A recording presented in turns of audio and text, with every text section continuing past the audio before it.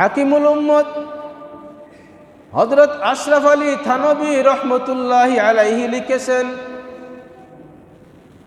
এক এলাকায় বানরের বড় উপদ্রব ছিল। একটা পাহাড়ে অনেক বানর থাকতো, আর তারা মাঝে মধ্যে দল বেঁধে গ্রামে চলে আসতো। এই যেভাবে আপনাদের এলাকায় আসে না বানরের উপদ্রব, কাঁঠাল নষ্ট করে ফেলে, আম নষ্ট করে ফেলে, পেঁপে গাছের পেঁপে, লেসু গাছের লেসু, সময় আসার আগে তারা নষ্ট করে ফেলে। অনেক সময় ক্ষেতের মাঠ, ক্ষেতের ফসল নষ্ট করে ফেলে। ওই এলাকায় বানরের খুব উপদ্রব ছিল, মানুষেরা অতিষ্ঠ হয়ে গেল। শহরের মেয়রের কাছে গিয়ে বলল, আমরা কি করতে পারি, কিছু করেন। মেয়র সাহেব এলাকার বড় বড় মুরব্বীদেরকে নিয়ে, চেয়ারম্যানদেরকে নিয়ে একটা মিটিংয়ে বসলেন। সবাই সিদ্ধান্ত নিল যে না, আর পারা যায় না। বানরের উপদ্রব, প্রত্যেক বছর আমাদের কোটি কোটি টাকার ফসল নষ্ট হয় না, আর হয় না, একটা কিছু করতে হবে। সবাই সিদ্ধান্ত নিল যে ওই যে পাহাড়ে বানর থাকে, ওই পাহাড়ের চতুর্দিকে বেশি করে পেট্রোল কেরোসিন ছিটিয়ে আর আগুন ধরিয়ে দিতে হবে, যাতে বানরের আর পালিয়ে কোথাও যাওয়ার সুযোগ না পায়, যাতে সবাই জলে মরে যায়। একটা কথা, একটা মাসআলা মনে রাখবেন, যে কোনো প্রাণী আপনার ক্ষতি করে বা ক্ষতি করে না, প্রয়োজন তাকে আপনি মারতে হবে।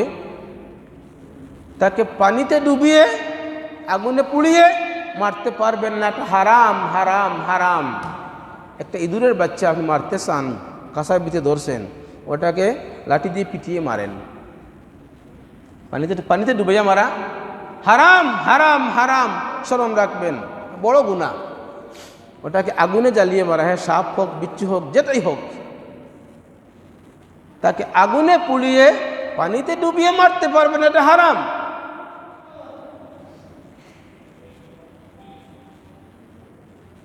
সিদ্ধান্ত মতো পাহাড়ের চতুর্দিকে আগুন লাগিয়ে দেওয়া হলো। চতুর্দিকে অসংখ্য মানুষ দেখতে আসছে, কি হয় দেখি।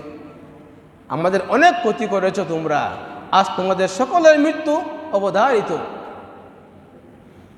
আগুন জ্বলতে জ্বলতে ভিতরের দিকে আসছে, সব বানর পাহাড়ের মধ্যখানে একত্রিত হয়ে গেছে। সর্দার বানরগুলা দুটি হাত উপরের দিকে তুলে হাউমাউ করে কাঁদতে শুরু করেছে। তাদের সাথে সব বানর কাঁদতে শুরু করেছে। বানর তার বাসায় তার মালিককে বলছে, মালিক, বুঝেছি আমাদের ভুল হয়ে গেছে, মানুষকে কষ্ট দেওয়া, তাদের ফসল নষ্ট করা আমাদের উচিত হয় নাই, এটা ভালো কাজ করি নাই, এটা আমরা অন্যায় করেছি, বুঝেছি।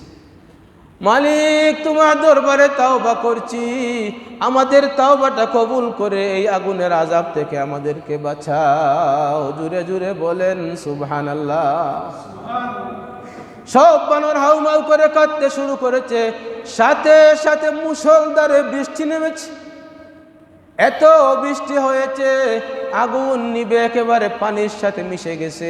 সব মানুষ দৌড়ে পালিয়েছে, একটা বানরও মরে নাই। মানুষ আশ্চর্য হয়ে গেল যে বানর আল্লাহর কাছে এত প্রিয়, তাদের কথা আল্লাহ যদি শুনেন, না আমরা আর বানর মারবো না, আমাদের যত ক্ষতি করে করুক আর বানর মারবো না। আর বানররা সিদ্ধান্ত নিল না, যেহেতু আল্লাহ আমাদের তওবা কবুল করে আমাদেরকে আগুন থেকে বাঁচিয়েছেন, আমরাও আর কখনো কোনো মানুষের কোনো ফসল নষ্ট করব না, জঙ্গলে যা পাবো তাই খাবো।